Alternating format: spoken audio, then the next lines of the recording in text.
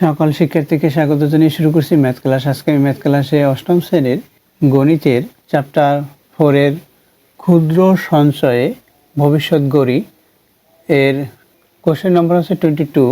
এই অঙ্কটি সহজে সমাধান দেবো। তাহলে দেখো এখানে কি দেওয়া আছে, একজন ব্যবসায়ী তার পণ্য 5% ক্ষতিতে বিক্রয় করলে যদি তিনি 1230 টাকা বেশি দামে বিক্রি করতে পারতেন তবে 5% লাভ হতো। ব্যবসায়ীর পণ্যের বিক্রয় মূল্য কত?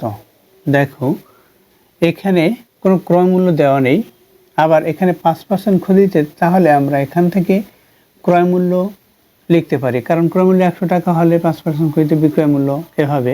এখন এসে আমরা মনে করি বা ধরি এভাবে লিখি, তাহলে লিখি নম্বর 22, মনে করি পণ্যটির ক্রয় মূল্য ক টাকা।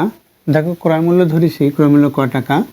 এখন 5% ক্ষতিতে লিখি 5% ক্ষতিতে ক্রয় মূল্য ক টাকা হলে 5% ক্ষতিতে বিক্রয় মূল্য লিখি। ক্রয় মূল্য ক টাকা হলে 5% ক্ষতিতে বিক্রয় মূল্য ক মাইনাস ক এর 5% ইকুয়াল ক মাইনাস ক এর 5% আছে ক এর 5%, অর্থাৎ এই 5%টা হচ্ছে 5/100। দেখো তাহলে এখানে কি হবে, ক মাইনাস ক এর 5/, এখানে 100। এখানে যেহেতু বিক্রয় মূল্য বা ক্রয় মূল্য, এটা আমাদের টাকা লিখতে হবে, টাকা, এখানেও টাকা কমা দেয়। এখানে কি হয় দেখো 5কে 100 দিয়ে ভাগ, অর্থাৎ আমরা এভাবে লিখতে পারি, এই যে 0 বরাবর এই 5 সংখ্যাটি লিখতে পারি, অর্থাৎ এইভাবে। দেখো ক মাইনাস, আমরা প্রথমে এই সংখ্যা লিখব তারপর ক লিখব। তাহলে দেখো ক এই 0 বরাবর যদি লিখি, ক এর পূর্বে একটা 0 আছে, এখানে 1 একের জন্য দশমিক, এখানে 0, অর্থাৎ 0.05 হবে 5কে 100 দিয়ে ভাগ দিলে। এরপর হচ্ছে ক ইকুয়াল, এখন এটা আমরা মাইনাস করব, এখানে টাকা আছে, টাকার যদি মাইনাস করব, এখানে সম্পূর্ণ অংশ হয়েছে ক, এখানে যদি আমরা 1 মনে করি 1 ক, তাহলে এখানে কত ক, 0.05 ক। এখানে দেখো দশমিক বিন্দু ডানে দুইটি অঙ্ক, এখানে আমরা দশমিক দিয়ে এক সম্পূর্ণ একটি সংখ্যা, একটা পূর্ণ সংখ্যা, তাই এই দশমিক দিয়ে আমাদের যেহেতু এই সমতা করতে হয়, তাই দশমিক পরে এখানে যদি দুইটা অঙ্ক, তাহলে এখানে দুইটা শূন্য লিখতে হবে, 1.00, আর এখানে তাহলে 0.05 হলো। এখন আমরা বিয়োগ করব, বিয়োগ করলে কত হবে, এই উপরে শূন্য, তাই শূন্য থেকে 5 বিয়োগ করতে পারি না, তাই এই সংখ্যা, এই শূন্যের সাথে 10 যোগ করতে হয়, 10 থেকে 5 বিয়োগ করলে 5, যেহেতু 10 যোগ করেছি তাই হাতে 1, এটার সাথে যোগ করলে আবার 10 থেকে এই 1 বিয়োগ করলে 9, অর্থাৎ 10 থেকে 1 বিয়োগ করলে 9, আবার দশমিক, এরপর হাতে 1 আছে, যে এখানে যদি আবার 10 যোগ করছিলাম, তাই 10 থেকে ওই 1 বিয়োগ করেছি 9, এখন হাতে যে 1 থাকবে সেই 1 থেকে 1 বিয়োগ করি, তাহলে 0, তাহলে এটা হলো 0 পয়েন্ট, অর্থাৎ 0.95, কারণ এখানে 0 হয়েছে। অর্থাৎ এই বিয়োগটা অবশ্যই তোমরা করতে পারবে বা ক্যালকুলেটর ব্যবহার করে করবে, তাতেও হবে। এখানে ক্যালকুলেটর ব্যবহার করলেও আমরা উত্তর লিখতে পারি, এত টাকা। দেখো এখানে ক্রয় মূল্য ক টাকা হলে 5% ক্ষতিতে বিক্রয় মূল্য হচ্ছে এই টাকাটা। এরপর কি দেখো 5% লাভ হতো যদি, তাহলে আবার লিখি ক্রয় মূল্য ক টাকা হলে 5% লাভে লিখি ক্রয় মূল্য, এখানে ক আছে, ক লিখি ক টাকা হলে 5% লাভে বিক্রয় মূল্য, এখানে বিক্রয় মূল্য আছে বিদায় বিক্রয় মূল্য লিখলাম। এখন কি হবে, 5% লাভ হয়েছে, সুতরাং এখানে প্লাস হবে, অর্থাৎ ক প্লাস, এখানে প্লাস হলে এটার মতো করে ক প্লাস ক এর 5%, এত এখানে টাকা ইকুয়াল কত হয়, এটার মতো করে হবে।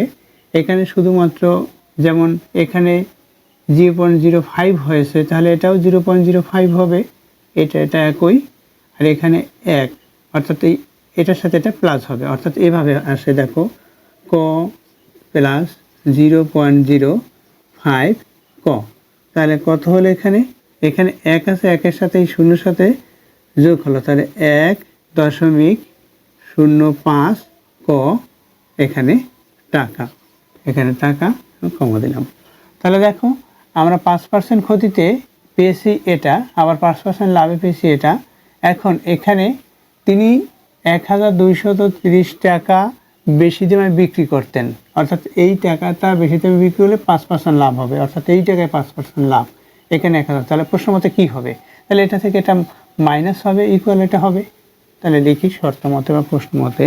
প্রশ্ন মতে 1.05 ক বিয়োগ 0.95 ক, এখানে ইকুয়াল দেই, এখানে কত 1230 টাকা এটা হলো। এখন এটা থেকে এটা বিয়োগ করি, এখানে এটা থেকে এটা বিয়োগ করলে কত হবে, বা সংখ্যাটি বিয়োগ করি, অথবা আমরা ক্যালকুলেটর ব্যবহার করি। ক্যালকুলেটর ব্যবহার করলে দ্রুত হবে। দেখো 1.05 মাইনাস 0.95, 0.1 কি হলো, 0.1 ক হলো ইকুয়াল, এখানে 12, অর্থাৎ 1230, এটা এখানে 1230 এটা লিখলাম।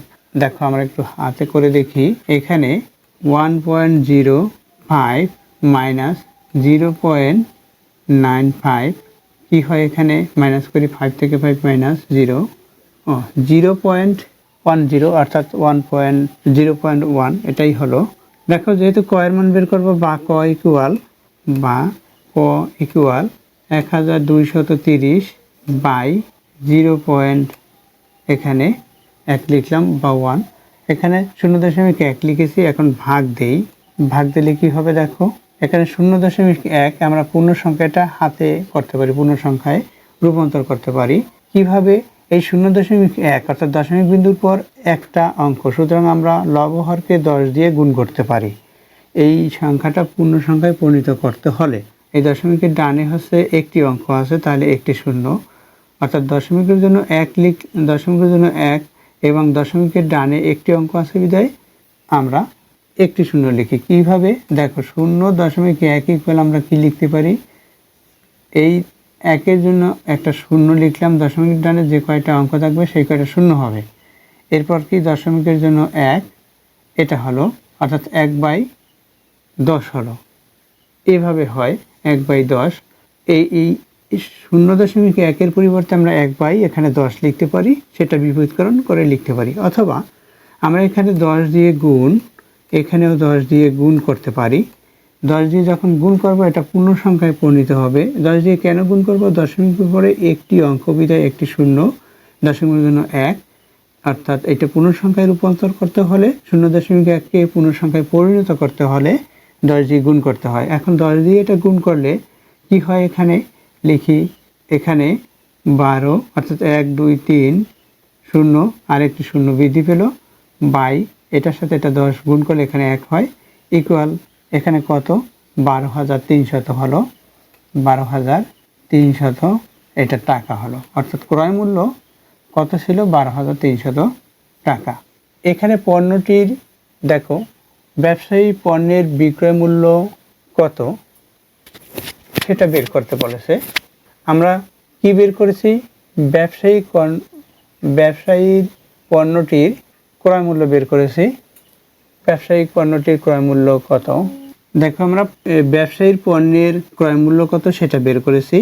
ব্যবসায়ী পণ্যের বিক্রয় মূল্য আমরা বের করতে পারি। এর কারণ বিক্রয় মূল্য কীভাবে বের করতে পারি, 5% লাভে বিক্রি করেছে যখন, এবং 5% ক্ষতিতে যখন বিক্রি করেছে।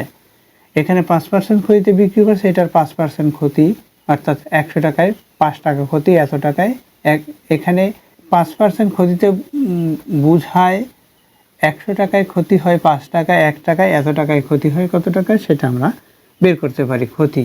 আবার 5% লাভে বিক্রি করলে, অর্থাৎ এত টাকা যদি লাভ হতো সেটাই যদি বিক্রি করে তখন 5% লাভ হতো। তাহলে এত টাকা যদি লাভ হতো, আমরা এই যে ক্রয় মূল্য পেয়েছি এই ক্রয় মূল্যের সাথে এই টাকাটা যোগ করলেই এখানে আমরা কত টাকায় বিক্রি করছি সেটা বিক্রয় মূল্য বের করতে পারি।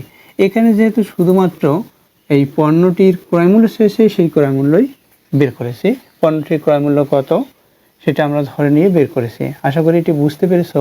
এতক্ষণ ম্যাথ ক্লাসের সাথে থাকার জন্য সকলকে ধন্যবাদ জানিয়ে আজকের মতো বিদায় নিচ্ছি।